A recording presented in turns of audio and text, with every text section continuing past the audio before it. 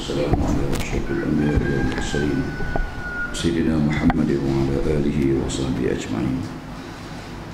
أصبحنا على فطرة الإسلام وخيمة الإخلاص وعلى نبينا محمد صلى الله عليه وسلم وعلى ملة أبينا إبراهيم حنيفا وما كان من المشركين. السلام عليكم ورحمة الله وبركاته. Alhamdulillah, syukur pada Allah Ta'ala yang menghidupkan kita yang setelah dimatikan kita, ya. Sebagaimana doa yang diajar, Alhamdulillahillazi ahyana ba'dama amatana wa ilayhin nusyur. Setiap kali bila kita boleh bangun daripada tidur, ya, kita boleh celik, mata kita boleh tengok, telinga kita boleh mendengar, ya, kaki tangan kita boleh bergerak.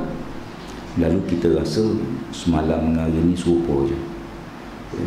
Padahal semalam dah kita tinggal, ya, 24 jam, ya, dan kita bertambah hampir dengan saat kematian, ya, setiap kita. Allah Subhanahu wa Ta'ala menjadikan kita besok bangkit di akhirat, ya, kita akan dipecahkan pada 3 kumpulan, ya. Dalam surah Al-Waqi'ah Allah menyebut, ya, wa kuntum azwajan salasa, ya. Allah Ta'ala setelah bangkitkan manusia besok di akhirat, dia akan pecahkan manusia ini pada 3 kumpulan, ya, ashabul yamin wa ashabul shimal dan as-sabiqun as-sabiqun, ataupun disebut sebagai golongan al-muqarrabun, ya. Bangkit di akhirat yang pertama, Allah Ta'ala sebut bahawa dia akan bagikan manusia ini pada 3 kumpulan. Kumpulan pertama adalah kumpulan sebelah kanan, ashabul yamin, ya, kumpulan yang berada sebelah kanan, iaitu yang beriman dengan Allah Ta'ala, yang mentaati perintah Allah, yang tidak buat maksiat pada Allah, ya. Ini golongan yang pertama. Golongan yang kedua, lawan bagi golongan yang pertama, iaitu golongan ashabul shimal, ya, kumpulan yang duduk sebelah kiri, yang kafir pada Allah, yang lawan Allah, yang durhaka pada Allah. Satu lagi, ya, satu lagi daripada mana? Satu lagi ni Allah ambil daripada yang beriman tadi. Dalam kelompok orang yang beriman ni, ada satu kelompok yang disebut sebagai golongan yang hampir dengan Allah, al-muqarrabun, golongan yang dekat dengan Allah Subhanahu wa Ta'ala. Siapa dia golongan yang dekat dengan Allah ni? Ya, kita kata mungkin orang bangun sembahyang tahajud, mungkin orang banyak berzikir, mungkin orang yang banyak beramal soleh, mungkin orang yang tidak, ya, itu baru golongan kanan. Al-muqarrabun ialah golongan yang buat kebaikan dulu pada orang lain, ya, yang buat baik dulu pada orang lain, ya. Disebut sebagai golongan as-sabiqun as-sabiqun, golongan yang berlomba nak buat baik, dia berebut nak buat baik, ya. Kita ni buat baik, kita ini sembahyang subuh, sembahyang belaka, tapi sama ke? Tak sama. Orang yang mari awal tak sama dengan mari akhir. Demikian juga sedekah. Orang yang sedekah mula-mula tak sama dengan sedekah nombor 2. Nombor 2 terlain dah. Orang yang buat kebaikan mula-mula sekali ini, dia dapat pahala semua orang mengikut dia di belakang, ya. Yang tu disebut sebagai golongan al-muqarrabun, iaitu golongan yang berebut nak buat kebaikan. As-sabiqun as-sabiqun ulaika humul muqarrabun fi jannatin na'im. Allah sebut mereka ni ialah berada dalam syurga yang penuh dengan nikmat Allah Ta'ala, sebab dia hampir dengan Allah. Cuma Allah Ta'ala sebut sullatun minal awwalin wa qalilun minal akhirin. Golongan yang nak berebut buat baik ini, kata Allah Ta'ala, sebahagian mereka ni ialah generasi awal, zaman Nabi, zaman para sahabat, ya, dia berebut nak buat baik. Adapun zaman akhir-akhir ni Allah kata wa qalilun minal akhirin, sikit sangat yang akhir ni, sikit sangat. Tidak ramai orang yang berebut nak buat baik, ya. Boleh jadi zaman kita tak ada rasanya. Kalau ada pun tak tahu, rasa-rasa macam tak ada, ya. Ada orang berebut nak buat baik zaman kita. Dapat bil elektrik surau ni berebut nak bayar. Ada. Surau ni tak tahu, surau tempat saya tak berebut. Surau ni boleh jadi serupa surau tempat saya. Kita buat baik, bil bayar, tiap-tiap bulan bayar, tapi berebut dah nak bayar. Padahal kalau kita bayar bil elektrik ataupun tak mampu bil elektrik sebab mahal sangat, berebut bayar bil air, Kita bayar bil air sebulan boleh jadi RM50 sebulan. RM50. Kita dapat pahala sebulan orang berwuduk. Sebulan pahala orang ambil semayang. Sebulan pahala orang semayang. Sebulan pahala orang yang mandi buat baik. Maknanya kita buat sekali je, pahala kita sebulan kita dapat. Jadi yang berebut ni, sebab tu zaman Nabi, satu hari Nabi SAW beritahu para sahabat ada satu peperangan, dan Nabi SAW beritahu mereka semua, Nabi rahsiakan siapa Nabi nak lantik jadi panglima perang, nak ketuai perang ni siapa dia. Cuma Nabi kata aku akan umum pagi besok. Lepas main subuh besok, lepas main subuh besok Nabi akan umum. Nabi kata aku akan pilih orang yang paling baik di kalangan kamu, paling bertakwa di kalangan kamu, paling berani di kalangan kamu, akan pilih. Jadi para sahabat pagi-pagi besok masing-masing berebut duduk depan Nabi, berebut masing-masing dengan doa, mudah-mudahan Allah Ta'ala gerakkan hati Nabi pilih dia. Yang duduk depan masing-masing duduk doa, yang rendah jinjing kaki. Kalau Nabi tak nampak dia, Nabi nak pilih, Nabi tengok ramai-ramai ni, tiba-tiba Nabi tanya, mana Sayyidina Ali? Mana Ali? Pagi tu Sayyidina Ali tak datang. Mana Sayyidina Ali? Maka sahabat-sahabat tahulah bahawa Nabi nak pilih Sayyidina Ali bin Abi Talib. Lalu kata sahabat, ya Rasulullah, Sayyidina Ali sakit mata. Ali sakit mata.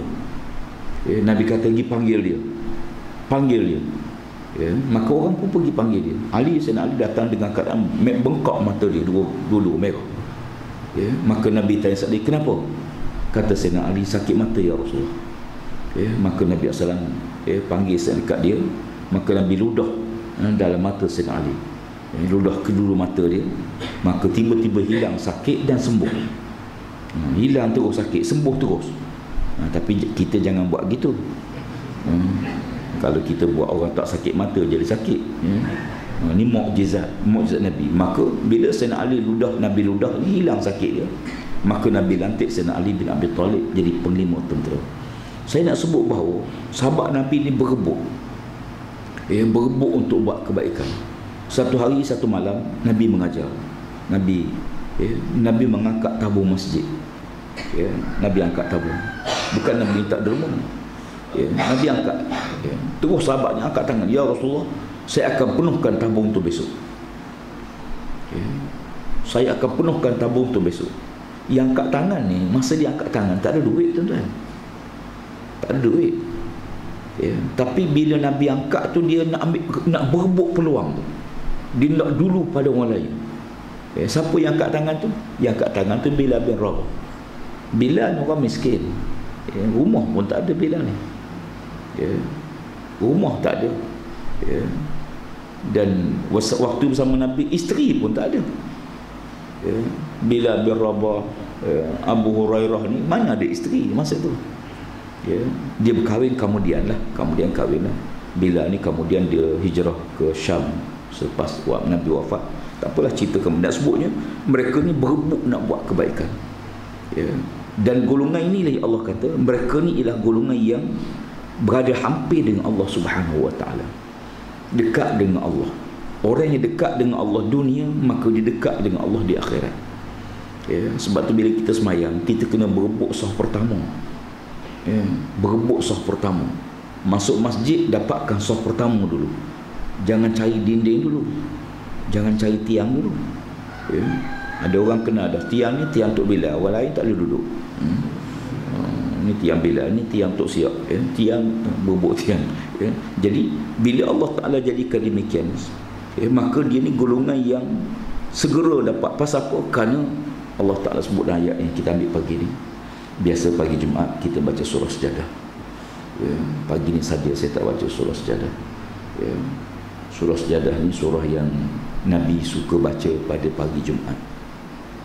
Tapi bukan makna Nabi baca surah Sejadah saja. Neraka kita tiap-tiap minggu sampai tak boleh baca surah lain. Jadi di surah Sejadah ni ada kebaikan dia. Dan Nabi SAW juga membaca beberapa surah-surah yang lain pada pagi Jumaat. Di antaranya Allah Ta'ala sebut, ya ayyuhallazina amanu anfiqu mimma razaqnakum min qabli an ya'tiya yawmun la bay'un fihi wala khullatun wala syafa'ah wal kafiruna musallun. Orang beriman, belanjalah harta kamu, ya, belanjalah harta yang ada ni Allah suruh belanja. Allah tak bagi simpan, ya. Jangan simpan suka kumpul harta, suka kumpul, ya, kumpul duit belanja tidak.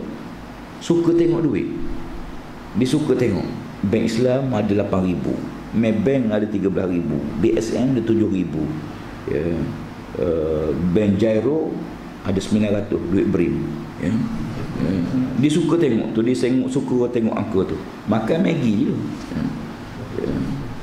Jadi Allah Ta'ala kata anfiqu, belanjalah, belanja harta kamu sebelum datang pada kamu satu hari yang tak ada padanya sebarang urusan jual beli, la bay'un fihi wala khullatun wala syafa'ah.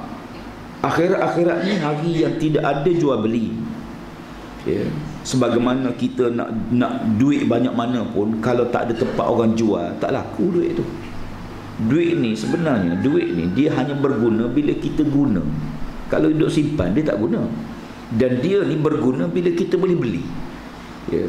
Kita bawa duit banyak pergi satu negeri yang tak laku duit Malaysia, ya, tak ada harga duit kita. Masuk kedai nak beli, duit mana? Malaysia ni mana dia? Allah, ya. Tu yang bunuh Atan Toyak, tahulah. Jadi duit kita, duit Malaysia pergi ke Amerika tak laku, ya. Kena tukar dengan dolar Amerika baru laku, ya. Duit Malaysia kita pergi ke Moskow, Rusia, tak laku duit Malaysia. Kita kena tukar duit sana baru laku. Hatta kita pergi Singapura nak beli dengan duit Malaysia, Singapura tak terima. Padahal Singapura ni sebelah negeri kita, tak laku. Kena tukar duit dolar Singapura baru laku. Kita duduk dunia nak pergi akhirat, laku tak duit kita ni? Tak laku. Duit kita ni tak laku di akhirat, ya. Kena tukar duit kita dunia ni biar laku di akhirat. Akhirat besok dipakai duit apa Ustaz? Dipakai pahala. Duit ni namanya pahala, ya. Jadi kalau kita boleh tukar duit ni biar jadi pahala, barulah duit tu laku di akhirat. Sebab tu tuan-tuan sekalian, manusia ni, ya, dekat dia nak mati, kalaulah Allah Ta'ala bagi tahu kita, Allah tidak rahsiakan tarikh mati kita, ya, setiap orang tu dia tahu tarikh mati dia. Beranak-beranak saja pergi daftar, ya, polis tulis report, Jabatan Pendaftaran tulis tarikh lahir, tarikh mati, ya, macam rotek kereta kita beli tu, kita tahu dah tarikh mati. Kita ni agaknya kalau tahulah tarikh mati kita, ya, macam mana manusia kalau dia tahu tarikh mati dia, ya. Kenapa pakcik sedih ni? Nak mati esok dah, ya. Esok nak mati ni dah kelang kelibuk dah tak tenang duduk, makan pun tak lalu, tidur pun tak lena. Pasal apa? Besok nak mati. Awak nampak segar lagi? Aku lambat lagi 2 tahun lagi dan lagi lah, ya. Lalu Allah rahsiakan kematian kita. Allah kata, ya, kalau Allah bagi tahu, apa yang manusia nak buat? Kita ni tuan-tuan, kalau kita tahu tarikh mati kita, kata na'udzubillah, kita tahu besok nak mati atau minggu depan nak mati, apa yang kita nak buat?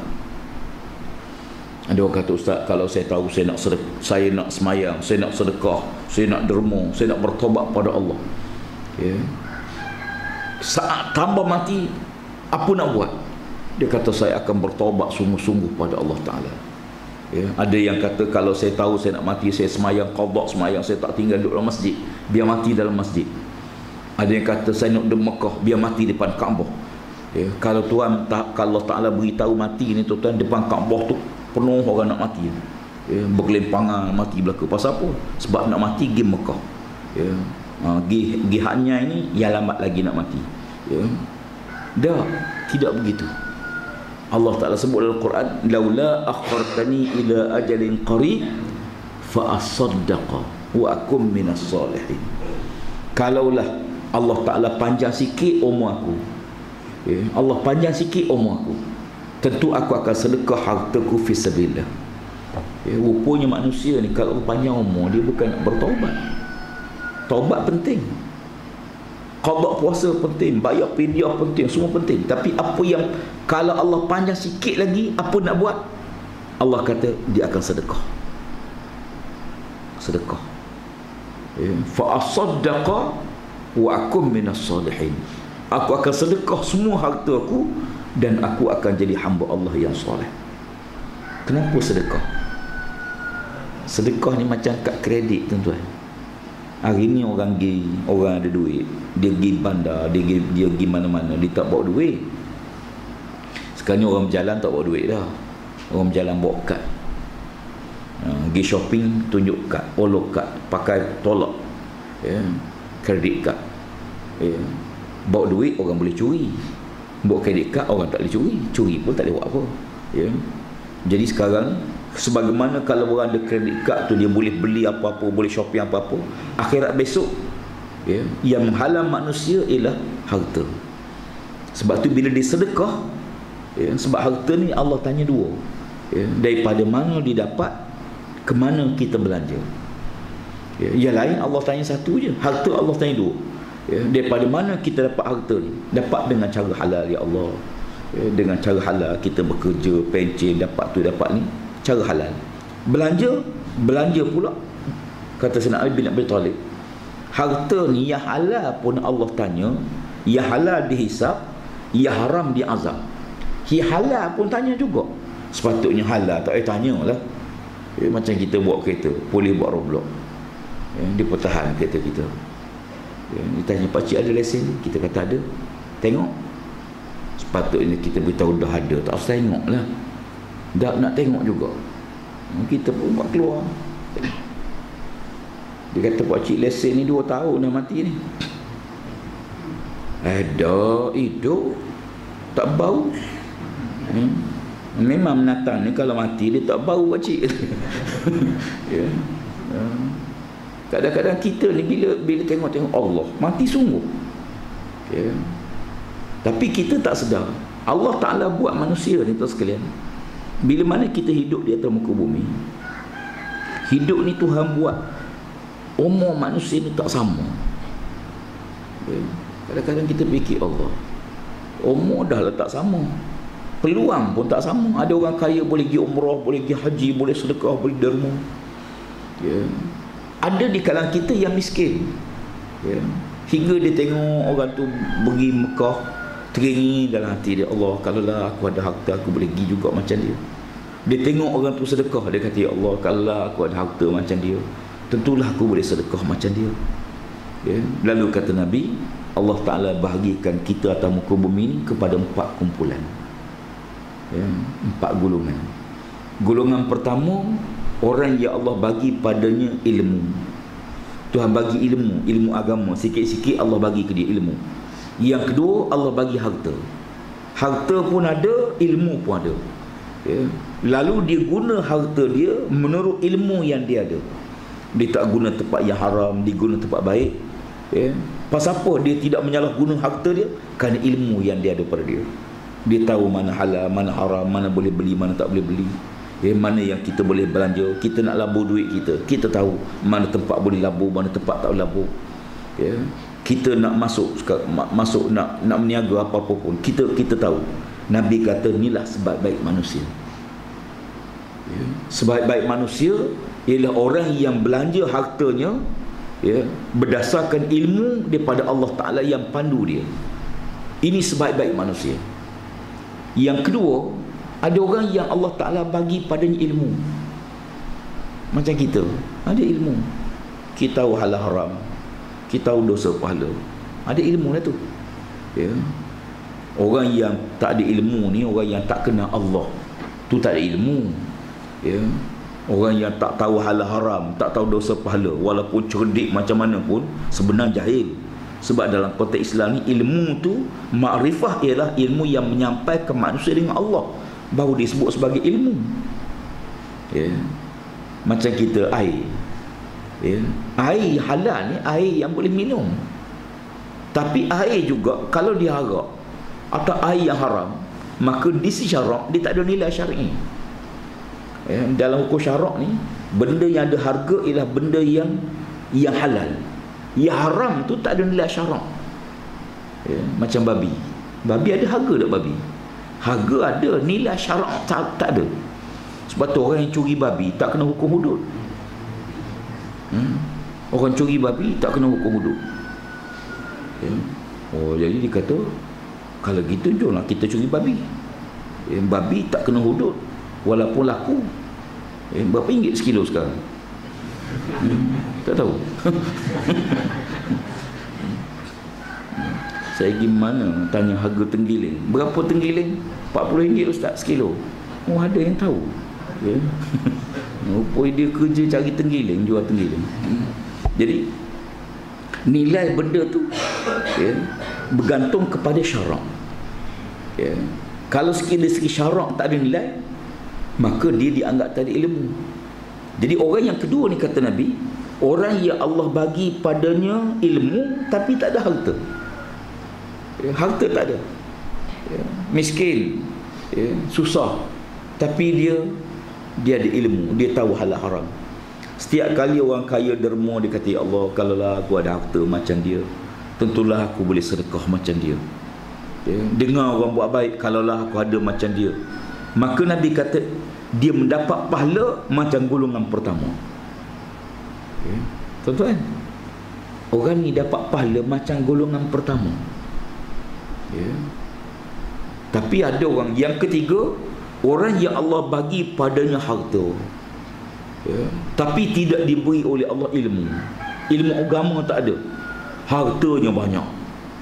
Masya Allah, baru ni tu sekarang, baru lagi 3-4 hari lepas, saya pergi jumpa seorang hamba Allah. Kaya lah dia ni, dia panggil minta nak jumpa. Saya pergilah, pergi jumpa dia. Saya masuk rumah dia, terkejut tuan-tuan. Masya Allah, rumah dia, tanah tapak rumah tu dia beli 7 juta.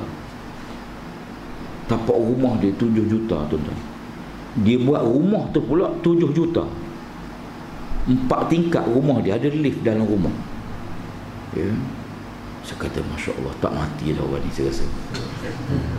Saya duduk tengok malaikat Israel nak masuk ke mana. Rumah dia bawah tanah lagi, ada bawah tanah, terus bersambung dengan tasik, ada bot terus pergi. Hebat.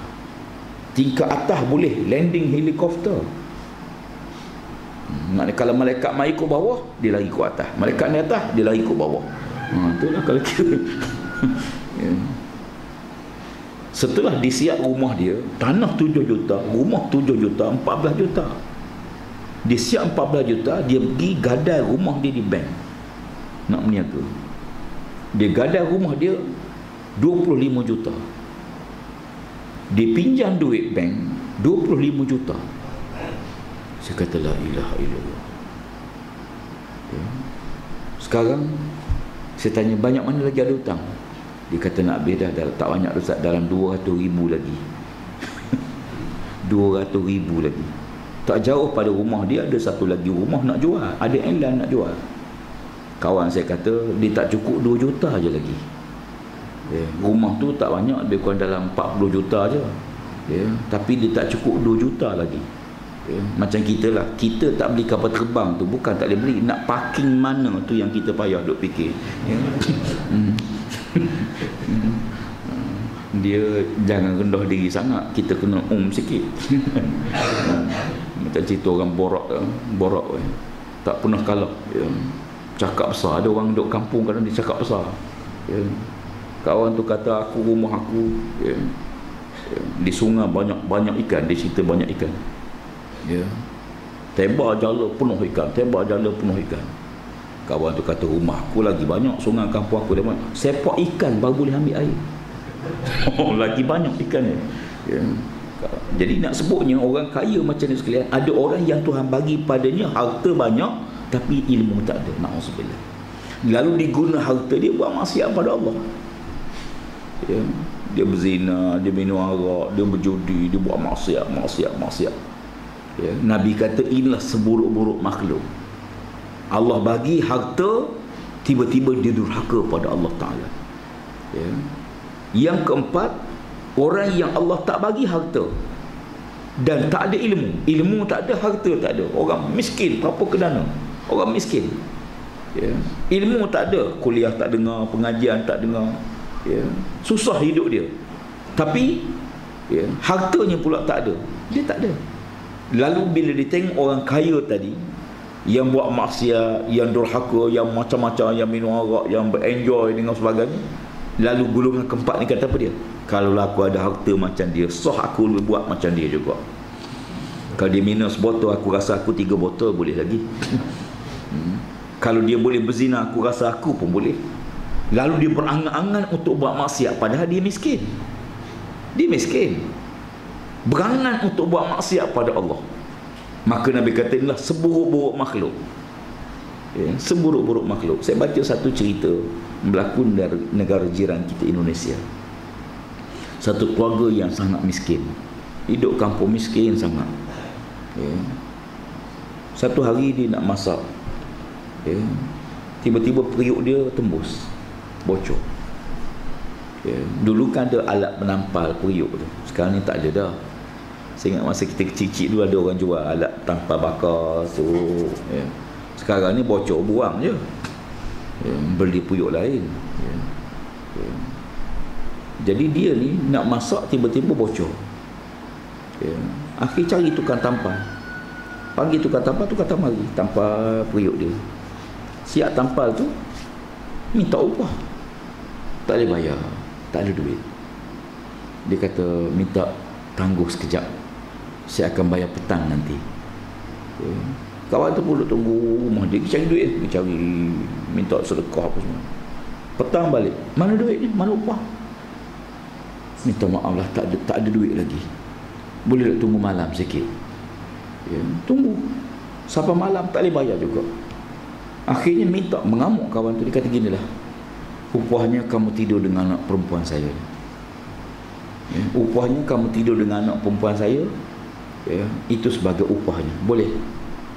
Tukar tampal kata boleh. Memang kerja menampal. Ya, malam tu anak perempuan dia tidur dengan laki-laki, sampai pagi besok balik, kira beres. Maknanya sanggup serah anak perempuan, ya, untuk dizina, untuk diperkosa. Sebab apa? Sebab miskin. Ya, betul kata Nabi, kadatil fakri an yakuna kufra. Hampir-hampir orang fakir ni jadi kafir. Orang fakir ni hampir-hampir jadi kafir dia. Kerana miskin dia sanggup jual. Sebab tu bila kita buat kajian, kenapa ada orang Islam di Malaysia ada, di negara jiran kita juga ada, yang sanggup murtad, yang masuk Kristian. Jawapannya kerana mereka ni miskin. Orang Kristian datang bagi benda. Bila kita bagi benda, lama-lama tertarik dengan Kristian, akhir masuk Kristian. Ya. Saya kebetulan minggu lepas pergi ke Sabah. Ya, satu pulau namanya Pulau Bangi. Ya, Pulau Bangi dekat Kudat. Ya, Pulau Bangi ni pulau terbesar di Malaysia. Ya, besar pada Pulau Pinang, besar pada Langkawi lagi, besar pada Pulau Redang lagi. Pulau terbesar di Malaysia, besar pulau dia. Ya, tapi penduduk tak ramai. Ya, kebanyakan agama, ada yang Islam sikit di pulau tu, tapi ramainya pagan, tak ada agama. Anda pergi satu kampung namanya Pasir Hitam. Ya, setelah pergi 2-3 kali, alhamdulillah kita berjaya mengislamkan beberapa kumpulan. Ramai yang masuk Islam, alhamdulillah.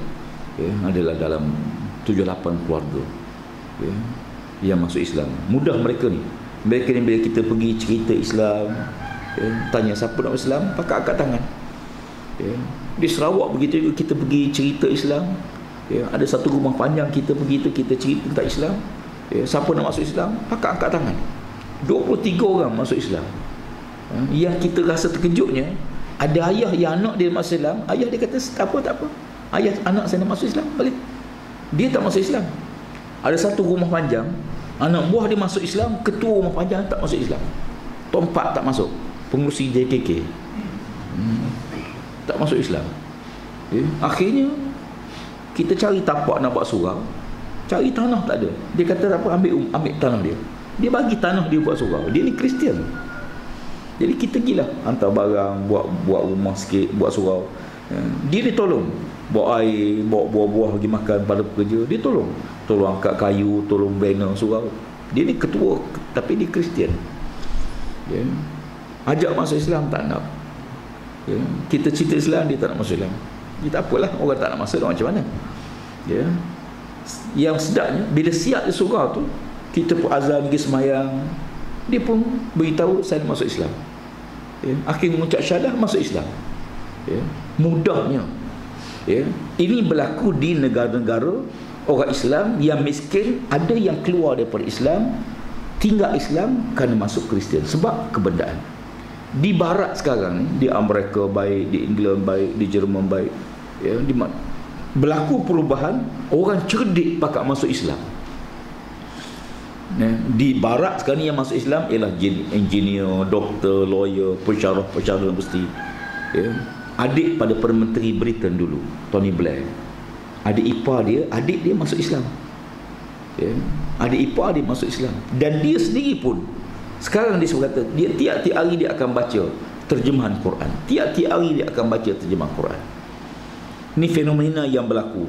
Sebab tu baru kita terkejut bila seorang hakim membuat kenyataan bahawa undang-undang hudud ini undang-undang yang terbaik di dunia. Dan dia sebut bahawa manusia sepatutnya kena ambil undang-undang hudud ni sebagai penyelesaian masalah. Seorang Kristian, hakim Kristian, minta supaya dunia kaji balik undang-undang hudud. Sebab bagi dia undang-undang hudud ini undang-undang yang terbaik. Cara dia, kaedahnya, pembuktian dia, syarat dia cukup lengkap. Jadi maknanya di waktu yang peliknya, orang Islam pula tolak, orang bukan Islam pula kadang-kadang nak terima Islam. Saya baca satu, mungkin tuan-tuan biasa dengar ayat ni. Allah Subhanahu wa taala firman dalam Quran, tarik dengan kisah asbab, apakah sebab ayat ni turun.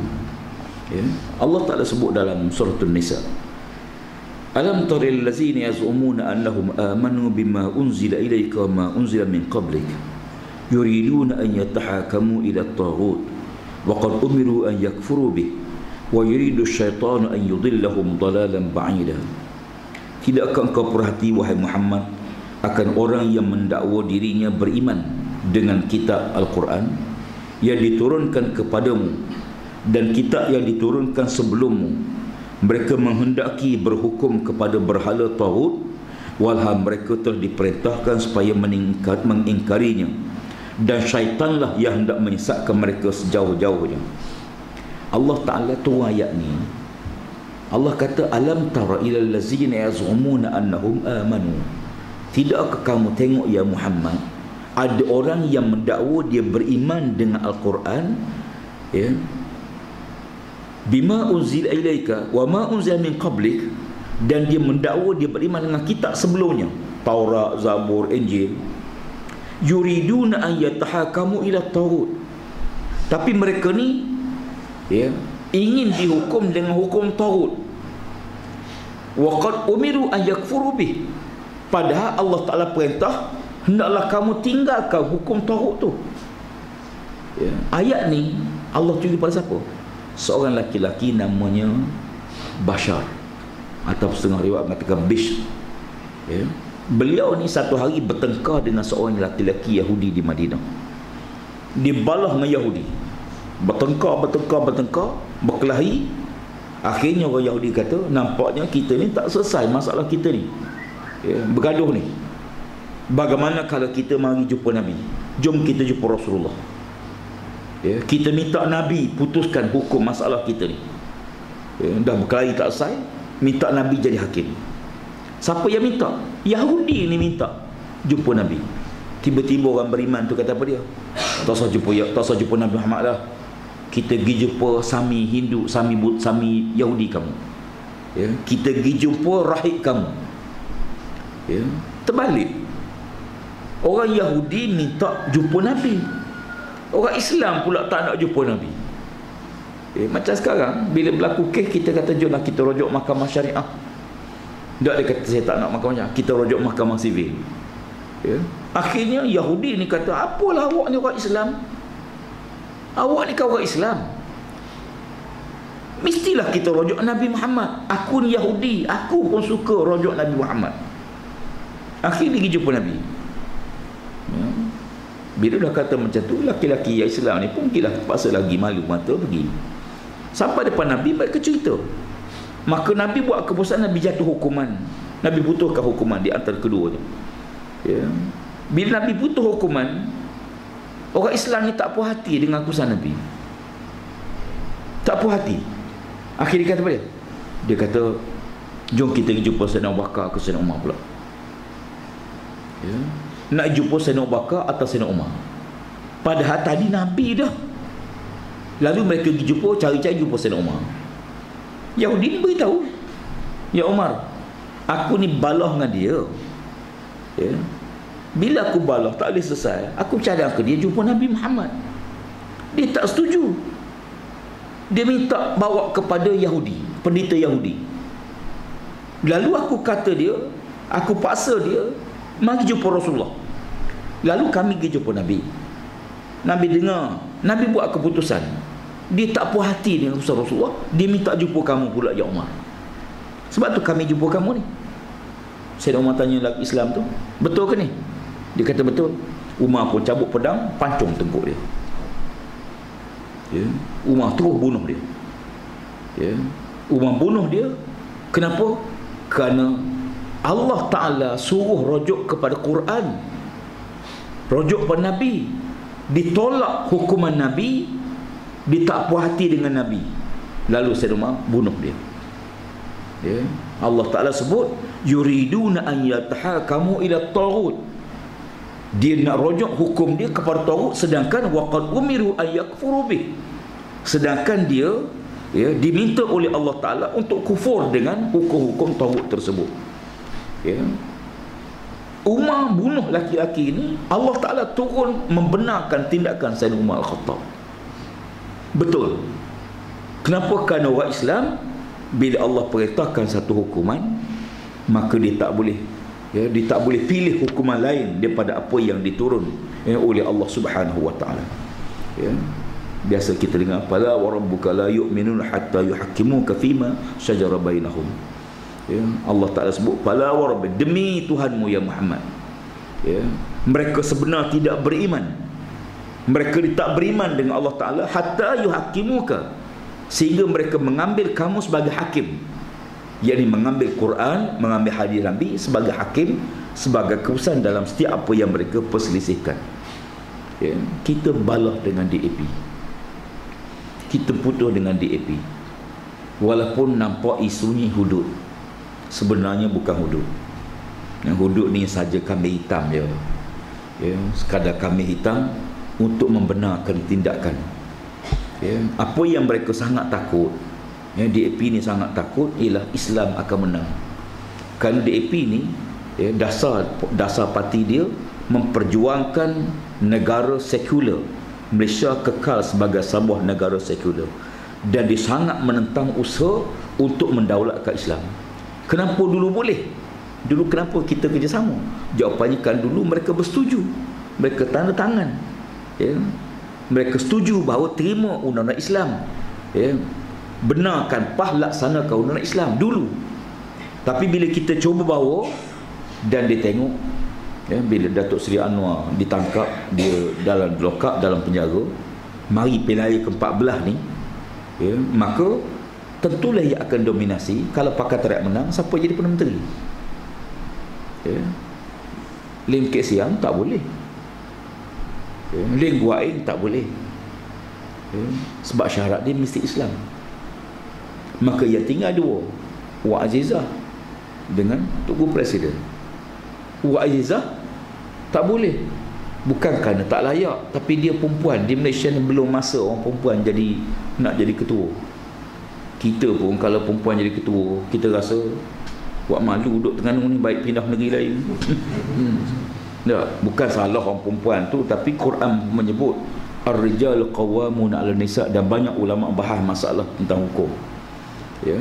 Yang keduanya, ya, Ustaz Adi, maka mungkin suasana ni menyebabkan kalau sekiranya Pakatan Rakyat menang, maka tentulah Islam akan didaulatkan dan presidennya daripada Presiden PAH yang memperjuangkan Islam.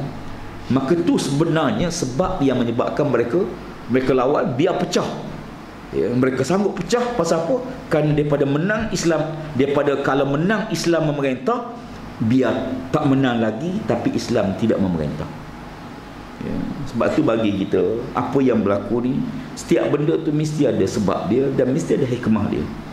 Ya, dan insya-Allah kita penuh yakin, ya, apa pun yang berlaku sebenarnya perjuangan Islam ni Allah Taala tidak pernah biarkan. Ya, Allah tidak akan biarkan perjuangan Islam. Mesti ada sesuatu yang kadang-kadang ada hikmah. Bila berlaku benda ni, kita kena fikir pasal apa berlaku benda ni. Kalau benda tu berlaku pada diri kita, setiap kali kita berlaku pada diri kita, kita fikir apa dosa aku hari ni. Sebab Nabi sebut musibah yang menimpa orang mukmin ni kan Allah nak ampun dosa. Sebab tu bila kita berlaku benda, contoh kita tebah-tebah, tiba-tiba terkena kaki kita, berdarah kaki, ya, fikir pasal apa kena ni. Mesti Allah nak ampun dosa, ya. Musibah ni kan Allah nak ampun dosa je tuan. Ataupun Allah nak angkat darjat lepas kita mati. Kadang kita berjalan tersepak batu, berdarah kaki, ya, mesti kita fikir pasal apa ni. Jangan salah kau tu apalah letak batu tengah, siapa letak batu tengah jalan. Dah batu tu ada 2 tahun dah. Ya. Orang lain tak sepak pun, kenapa kita sepak? Ya. Kita mesti fikir bila berlaku satu musibah yang kita tak nak, mungkin Allah nak ampun dosa kita. Satu hari saya masa belajar dulu, diulang alik daripada UKM Bangi tu, balik ke Temeloh buat kuliah dengan anak-anak muda, ya, dengan pemuda di satu Felda. Ya, setiap kali nak balik naik motor, kawan saya ni ada motor Vespa. Ya, naik motor dia lah, ya, road tax tak ada, lesen L mati lama dah. Daripada Bangi ni 3 jam naik motor, lesen tak ada, road tax tak ada. Tapi motor Vespa tua ni, polis pun tak pun nak tahan sangat. Boleh tengok Vespa jalan lah. Ya. Kawan saya ni setiap kali nak balik doa. Saya tanya dia doa apa? Doa minta hujan. Ya Allah hujan, ya Allah, ya Allah hujan. Saya kata kita naik motor pasal apa minta doa hujan? Dia kata kalau hari hujan polis tak ada. Bila hari hujan polis tak buat roadblock. Dia doa minta hujan. Satu hari saya balik dengan dia, ya, sampai duk ikut belakang lori yang bawa bulldozer ni. Lori panjang bawa bulldozer ni, ya, nak potong tak lepas. Motor ni memang tua semula, tukar gear pun serupa je. Jadi bila sampai Bukit Tinggi, kat Bukit Tinggi Karak tu, naik ke Genting tu, Bukit Tinggi, jadi lori ni kan dia perlahan sikit, tukar gear apa, dia tengok kita nak potong, tak lepas tuan-tuan. Dia sama laju dengan dia je. Agaknya dia kesian, dia slow, lepaslah potong. Lepas potong, mati motor ni. Ya. Agak lemah jantung. Motor ni mati. Bila mati, saya tak turun. Dia free gear, start. Tak hidup, start. Lori pun potong balik. Ya. Start 5-6 kali, hidup jalan. Bila hidup jalan, saya duk fikir, kenapa motor ni mati? Allah tak akan buat benda sia-sia. Bila berlaku benda, mesti ada sebab. Kenapa motor ni mati? Ya. Saya fikir apa salah saya hari ni? Apa dosa hari ni? Saya ingat bangun pagi tadi ambil wuduk, lepas tu pergi sembahyang subuh di surau. Lepas sembahyang subuh baca Quran sekejap, balik bilik, kemah-kemah beg, pergi kantin minum air. Lepas minum air, ambil beg, naik motor balik. Rasa tak adalah buat dosa-dosa sangat hari tu. Tapi kenapa Allah mati motor ni? Bila kita fikir-fikir, tak ada dosa yang kita nampak, yang zahir yang kita buat lah. Adalah dosa-dosa kecil agaknya, tengah minum tu tengok orang perempuan, mungkin adalah di kantin ramai-ramai kan. So orang perempuan ni kita tak tengok dia, dia tengok kita. Daripada dia tengok kita, baik kita tengok dia. Jadi mungkinlah adalah gitu sikit-sikit. Cuma saya fikir apa hikmah? Apa hikmah Tuhan matikan motor ni? Mesti ada sebab. Sebab Tuhan tak akan buat kerja sia-sia. Rabbana ma khalaqta hadza batila. Maksud Engkau ya Allah, kamu tak akan buat kerja sia-sia. Sesuatu benda mesti ada sebab. Cuma kita tak tahu je. Kita tahu kenapa ranting tu jatuh. Kita tahu sebab ranting tu dah tua, repuk, jatuh. Dah. Kadang-kadang Allah jatuhkan itu kerana ada benda lain. Kadang-kadang tengah malam kita rasa nak kencing, kita bangun buka lampu kencing. Kita rasa pasal apa kencing? Dah nak kencing, kencing lah. Dah. Ada benda lain yang kadang-kadang kita tak tahu. Boleh jadi tengah malam tu ada pencuri nak mari rumah kita. Duduk tengah pagar, tiba-tiba tengok lampu terbuka. Tak jadi mencuri. Tapi kita tak tahu. Besok akhirat baru Allah cerita. Inna rabbaka yafsilu bainakum yawmal qiyamah fima kanu fihi yakhtalifun. Jadi akhirat besok Allah akan cerita pada kamu apa yang kamu perselisihkan ini. Baru Allah cerita. Dunia ni kadang-kadang kita boleh fikir, kadang-kadang kita tahu sebab kenapa ada PAN, parti baru ni, PAN. Kullu man 'alaiha fan. Ada orang kata PAN ni Allah sebut dalam Quran. Rupanya memang betul. Kullu man 'alaiha fan. Semua punah habis. Semua binasa berlaku. Wa yabqa wajhu rabbika dzil jalali wal ikram. Baik. Jadi saya fikir apa? Jalanlah motor ni bawa kolam-kolam sampai depan balai polis Karak. Rupanya polis buat roblok. Polis buat roblok. Baru angkat signboard berhenti pemeriksaan polis tu, baru angkat bodalan robo dia. Saya kata nasib baik kalau motor tadi tak mati. Kalau tak matilah motor tu, sah kebalan dengan polis tu sekali. Bila berlaku demikian, baru kita fikir, oh ini hikmah dia, ini sebab dia. Sebab tu tuan-tuan, kita sentiasa baik sangka dengan Allah Ta'ala. Jangan buruk sangka dengan Allah. Bila berlaku benda yang kita tak suka pun, baik sangka dengan Allah Ta'ala. Allah Ta'ala tak akan buat kerja sia-sia, dan mesti ada kebaikan. Mesti ada. Satu hari seorang Allah dia kahwin. Setelah 3 tahun dia berkahwin, rumah tangga dia aman, tak ada apa-apa, tak ada sebarang ujian.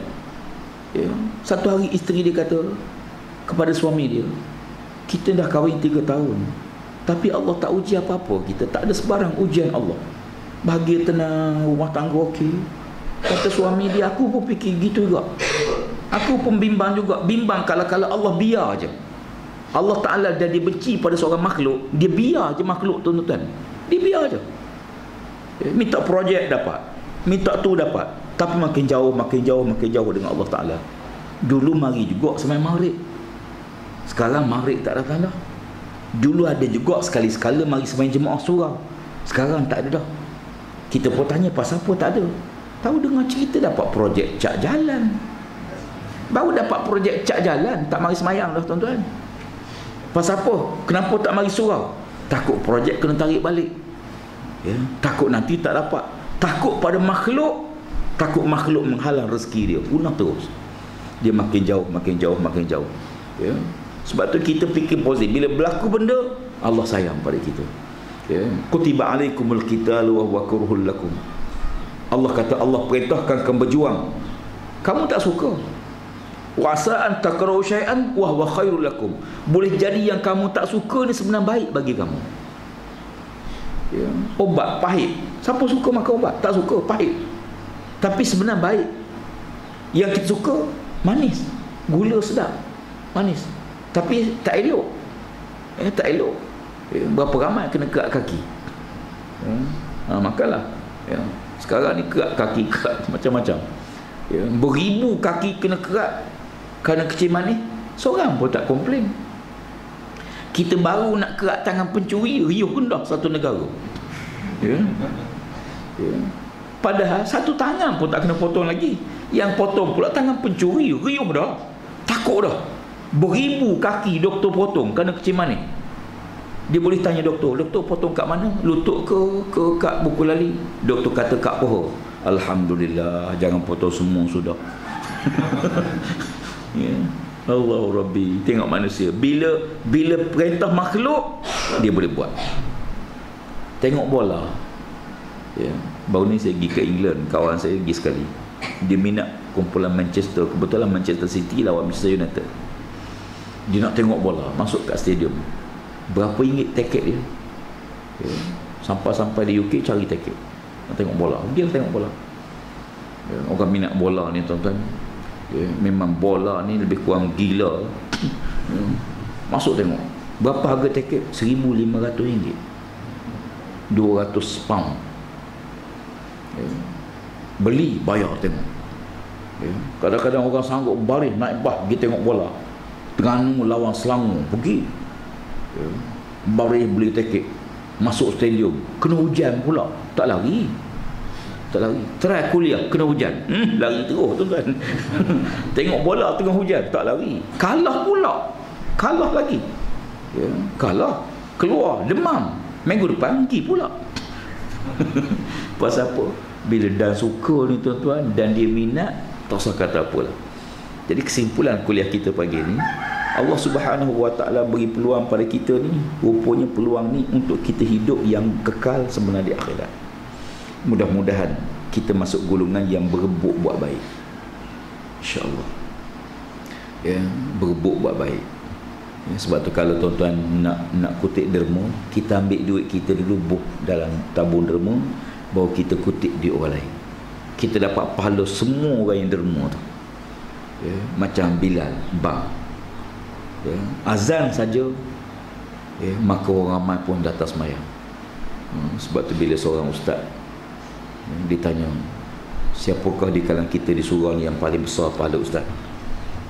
Kata ustaz tu, yang paling besar pahala ni untuk imam lah, sebab dia mengimamkan sembahyang. Kita sembahyang belakang dia, imam lah paling besar. Untuk Bilal tak puas hati. Tok Bilal duduk nyana tiang. Tok Bilal kata, saya rasa tak betul juga ustaz. Tok Bilal pun besar juga pahala. Kalau Tok Bilal tak bang, Tok Imam tak mari. Jadi kata ustaz tu, nampak kalau gitu Bilal ni lagi besar pahala pada imam. Betul lah. Sebab bang dia tu lah orang ramai mari, Tok Imam pun mari, orang di rumah pun semayang. Tok Siak pula tak puas hati.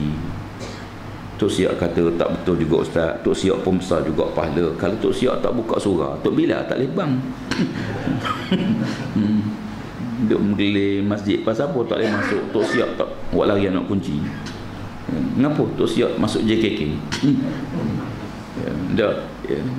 Akhirnya orang tanya, kata ustaz tu, kalau gitu nampaknya Tok Siak tu lagi besar pahala pada Bilal. Akhirnya orang mula tanya soalan pening. Dia kata, ustaz mana satu ni, Tok Imam ke Tok Bilal? Akhir ustaz kata gini, sebenarnya yang paling besar pahala yang buat surau ni, kalau surau tak ada, Tok Siak tak boleh buka surau. Maknanya orang yang berebut buat baik tu berebut benda yang kekal. Tuan terdengar ada orang nak bina surau, masjid ke markah ke apa ke, bagilah. Lepas kita bagi ni, duit kita bagi ni, kita tak tahu dah jadi apa. Akhirat besok Allah beritahu, duit kamu je lantai masjid, duit kamu jadi tiang masjid, duit kamu sedekah RM10 tu jadi atap masjid. Ni pahala 60 tahun atap masjid tu duduk menaungi orang semayang. Ni banyak ni. Allah menyesal masa tu tuan-tuan. Menyesal. Pasal menyesal? Sebab dah tarik dah duit 50, tekan pula ambil 10 je. Menyesal. Dan akhir sekali, jangan tak ada masa dengan Allah, nanti Allah tak ada masa dengan kita. Sentiasa baik sangka dengan Allah Ta'ala. Minta doa pada Allah Ta'ala, mudah-mudahan Allah beri kemenangan pada Islam, dan negara kita ni rasanya akan berlaku perubahan, insya-Allah. Insya-Allah. Kerajaan yang ada, tengok kemuk yang ada ni, insya-Allah akan bertukar. Cuma yang kita duk rasa berat sikitnya, yang kita bertukar tu tak apalah, kita nak bertukar kepada Islam. Kita tak nak sekadar tumbang jahiliah, naik jahiliah lain. Kita nak biar Islam yang diberi kemenangan oleh Allah Ta'ala, insya-Allah. Wallahu alam. Akhir sekali sikit tu, sekali ada di luar ni ada satu buku. Buku ni buku yang bukanlah buku ilmiah sangat, buku ringan, tulisan saya dalam Facebook asalnya, dalam bentuk himpunan kisah-kisah, cerita-cerita pendek, nasihat untuk anak-anak dalam bentuk kisah, dalam bentuk cerita-cerita pengajaran. Kadang budak ni dia suka baca cerita, tapi cerita-cerita yang mesti ada nasihat, ada pengajaran dalamnya. Buku ni sebenarnya ada sahabat nak buat kat luar tu, dijual untuk kita nak siapkan pusat tarbiyah kita yang sedang kita bina di Pahang sekarang ni. InsyaAllah jadi mercu tanda. Dia bukan putih lah, besar, kos dia 4 juta lebih, dan kita dah belanja hampir 2 juta. Dan insyaAllah biar kita ada saham lah. Duit yang tuan beli buku ni, duit tu wakaf tuan-tuan kepada pusat tersebut insyaAllah. Saya pun sekadar nak cari dana sikit untuk siapkan bangunan tu. Buatlah apa yang kita mampu buat, kita buatlah. InsyaAllah mudah-mudahan Allah Ta'ala terima sebagai khairat di akhirat besok. A'udzubillah minasyaitanirrajim. Bismillahirrahmanirrahim. Alhamdulillah Rabbil Alamin. Wassalatu wassalamu ala ashrafil anbiya'i wal mursalin Sayyidina Muhammadin wa ala alihi wa sahbihi ajma'in. Allahumma alimna minhu ma jahilna wa zakkirna minhu ma nasina. Allahumma aftah alina kutuan arifin warzuqna fahman nabiyyin waj'alna min ibadikas salihin. Allahumma rabbana hab lana min azwajina wa dhurriyyatina qurrata a'yun waj'alna lil muttaqina imama. Allahumma rabbana atina fid dunya hasanah wa bil akhirati hasanatan wa qina azaban nar. Wa sallallahu ala sayyidina Muhammadin wa ala alihi wa sahbihi ajma'in. Alhamdulillahi rabbil alamin. Taqabbalallahu minkum.